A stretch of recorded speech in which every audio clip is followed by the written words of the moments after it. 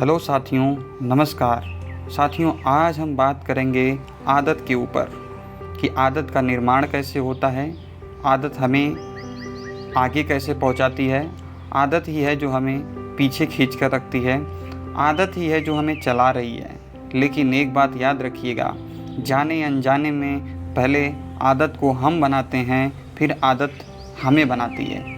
तो आइए बिना देर किए हुए हम आदत के ऊपर और अच्छे से बात करते हैं। इससे आगे बढ़ने से पहले मैं अपनी बातों को एक कहानी के माध्यम से आगे बढ़ाना चाहूँगा।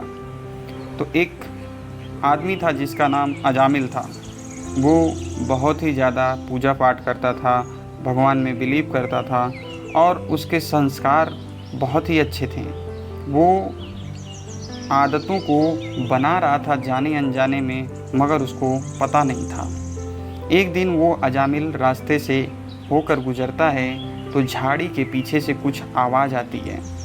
अजामिल सोचता है देखूं क्या है। तो वहाँ पे जब वो जाता है तो वहाँ पे दो जोड़े जो है वो मिल रहे होते हैं, यानी दो जोड़े जो है वो रति क्रिया में लगे होते हैं। अजामिल तुरंत आगे बढ़ जाता है और अपने आप से बोलता है, मैंने बहुत गलत किया, मुझे नहीं देखना चाहिए था। लेकिन तब तक अजामिल के मन में, अजामिल के दिमाग में बैठा दूसरा इंसान बोलता है कि ये पल दोबारा ना मिलेगा, ऐसे फिर तुम दोबारा ना देख सकोगे। ये दोनों आपस में बात करते ही हैं, तब तक एक निष्कर्ष निकलता है और अजामिल जा कर के वहाँ पर पुनः खड़ा हो जाता है और उसको चुपचाप देखता रहता है। अब 5-6 मिनट देखने के बाद अजामिल आगे बढ़ जाता है और अपने आप से ग्लानि का अनुभव करता है कि मुझे नहीं करना चाहिए था, मुझे ऐसा नहीं करना चाहिए था, मैं पाप का भागी हूँ, मुझे नहीं देखना चाहिए था। लेकिन दूसरा मन उसका बोलता है नहीं नहीं, देख लिए, कोई बात नहीं, ये तो होता रहता है। मतलब तर्क वितर्क चलता रहता है।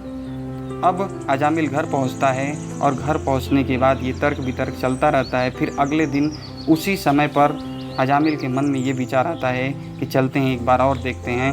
तर्क वितर्क में वितर्क वाला पॉइंट उसका जीत जाता है और वो फिर वहाँ पे जाता है। जाते ही वो फिर देखना स्टार्ट करता है। ऐसे करके 4-5 दिन बीत जाते हैं और फिर अंततः जब 5वें दिन वो देख कर रुका होता है, आदमी वहाँ से निकल जाता है। जो औरत होती है उससे वो बोलता है कि मुझे भी आपके साथ ऐसे ही शारीरिक संबंध बनाने हैं जैसे उस इंसान ने बनाए। औरत तैयार हो जाती है और औरत बोलती है ठीक है, कोई बात नहीं, मैं बना लूँगी, लेकिन ये सब मैं पैसों के लिए करती हूँ। तो उसने बोला ठीक है, पैसे मैं भी दे दूँगा। अब अजामिल धीरे धीरे इस आदत का शिकार हो रहा था, मगर उसे पता नहीं चल रहा था। अजामिल पहले दिन शारीरिक संबंध बनाता है, उसे अलग अनुभव होता है। धीरे धीरे उसमें वो डूबता जाता है और पूजा पाठ से, भक्ति से वो धीरे धीरे दूर होता जाता है। देखते ही देखते वो अपने घर जाना बंद कर दिया। अब अजामिल को पैसे की कमी महसूस होने लगी, क्योंकि काम को भोगने के लिए अर्थ की ज़रूरत पड़ती है और वो जो औरत थी वो पैसों की ख्वाहिश करने लगी। तो अजामिल धीरे धीरे अब गलत रास्तों पे निकल चुका था। उसने चोरी करना स्टार्ट कर दिया। क्यों? क्योंकि वो उसको खुश रखना चाहता था। उसके बाद उसने अपना गिरोह बनाया, डकैती करना स्टार्ट कर दिया। तो दोस्तों, इस कहानी की तो अंत और आगे तक है, लेकिन इस कहानी के दौरान हुए चीज़ों पे हम नज़र डालेंगे। सबसे पहले अजामिल का संस्कार अच्छा था, अजामिल अच्छा इंसान था। आज जैसे ही वो रास्ते से गुजर रहा होता है, तो आपको पता हो या ना हो मैं बताऊं, आँखें जो होती हैं वो 3 तरीके से या फिर 3 बार देखती हैं। जैसे हम रोड पे चल रहे हैं तो आंखें देख रही हैं सब कुछ, लेकिन वो चलते जा रही हैं। मतलब देखते हुए भी नज़रअंदाज करते हुए आप आगे निकल जाते हैं। तो पहली बार जब अजामिल ने देखा तो उसकी आंखें देख करके उसको नज़रअंदाज कर दी। तो वो पॉइंट था दृष्टि, यानी पहली बार उसने दृष्टि डाली। दूसरी बार जब उसके विचार में वो चीज़ें आ गईं, विचार उत्पन्न हुआ, तर्क वितर्क चलने लगा, तो वो दूसरी बार देखा। तो दूसरी बार जब उसने देखा तो तर्क वितर्क और ज़्यादा बढ़ गया। यानी पहली बार में उसने दृष्टि डाली, दूसरी बार में वो बुद्धि से देखा, यानी तर्क वितर्क का जो भाव है वो उत्पन्न हुआ। और फिर वो जब तीसरी बार देखा तो उसकी पीनियल ग्लैंड उस चीज़ को लेके ऑन हो चुकी थी, यानी वो भाव जगत में घुस गया था, वो उस चीज़ को महसूस करने लगा था। तो दोस्तों कोई भी आदत 3 तरीके से बनती है। पहला, हम इंद्रियों के माध्यम से उसको महसूस करते हैं, जैसा कि देखना होता है। दूसरा, उस चीज़ पे हम विचार करते हैं, विचार विमर्श करते हैं। और तीसरा, विचार करते हुए उस चीज़ को हम अनुभव करते हैं, फील करते हैं। और जैसे ही हम फील करते हैं उस काम को, उस चीज़ को करने की हम कोशिश करने लगते हैं, यानी उसको कृत्य जगत में हम ला देते हैं। तो आप अजामिल के इस स्टोरी से देखेंगे कि पहले उसने नज़र डाली, फिर उसने दूसरी नज़र डाली, बुद्धि, विचार, तर्क, वितर्क, फिर उसने भाव जगत यानी तीसरी, यानी भाव जगत यानी शरीर के अनुभव वाली जो सुख है उसको उसने अनुभव किया। और तीसरे जगत में घुसने के बाद आदत को बदलना थोड़ा मुश्किल हो जाता है। फिर वो कृत्य जगत में उतर गया, भाव जगत के बाद कृत्य जगत में उतर गया, उसको करने लगा, उसकी आदत बन गई और वो आदत उसको गलत रास्ते पे लेके चली गई। तो दोस्तों ऐसे होता है आदतों का निर्माण। ये एक कहानी थी, लेकिन कहानी के माध्यम से मैं बताऊं, चाहे आपको स्त्री की लत हो, चाहे आपको सोने की लत हो, चाहे आपको जुए की लत हो, चाहे किसी भी प्रकार की लत हो, आप देखेंगे इस तीनों स्टेज से आप होकर गुजरते हैं।